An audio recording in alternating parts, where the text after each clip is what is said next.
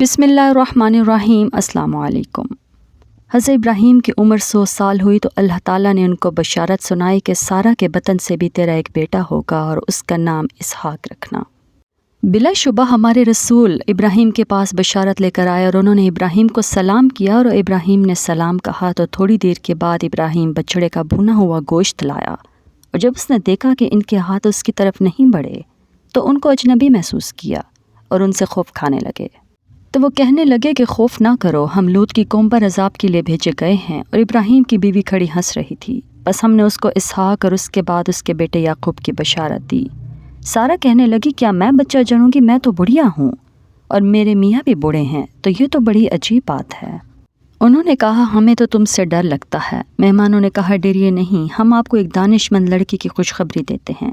وہ بولے کہ جب مجھے بڑھاپے نے آ پکڑا تو تم خوشخبری دینے لگے، اب کاہے کی خوشخبری؟ انہوں نے کہا کہ ہم آپ کو سچی خوشخبری دیتے ہیں اور آپ مایوس نہ ہو۔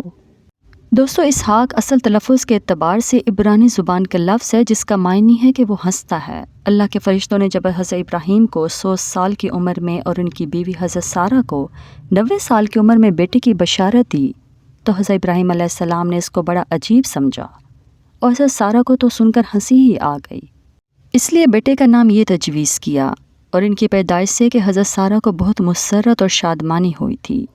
جب حضرت اسحاق علیہ السلام 8 دن کے ہو گئے تو ابراہیم نے ان کا ختنہ کرا دیا۔ حضرت اسحاق کی شادی کے لیے حضرت ابراہیم علیہ السلام نے فلسطینی خاندانوں میں کرنے سے انکار کر دیا اور اپنے بھتیجے بنوئیل بن ناہور کو اس کی لڑکی سے شادی کے لیے پیغام بھیجا۔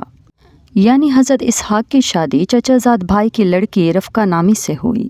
حضرت اسحاق علیہ السلام کی عمر 60 سال کی ہوئی تو اللہ تعالیٰ نے ان کو ان کی بیوی رفقہ سے 2 بچے عطا کیے، ایک کا نام عیسو اور دوسرے کا نام یعقوب تھا۔ یعقوب علیہ السلام کی شادی ان کے ماموں کے ہاں ہوئی اور وہ ایک عرصہ تک ان کے پاس رہے، جبکہ عیسو اپنے چچا اسماعیل کے پاس چلے گئے اور وہاں ان کی شادی حضرت اسماعیل کی بیٹی سے ہوئی۔ اس کے علاوہ بھی انہوں نے اور شادیاں کی اور اپنے خاندان کو لے کر سعیر کو اپنا وطن بنا لیا اور یہاں ادوم کے نام سے مشہور ہوئے، اس لیے ان کی نسل بنی ادوم کے نام سے مشہور ہوئی۔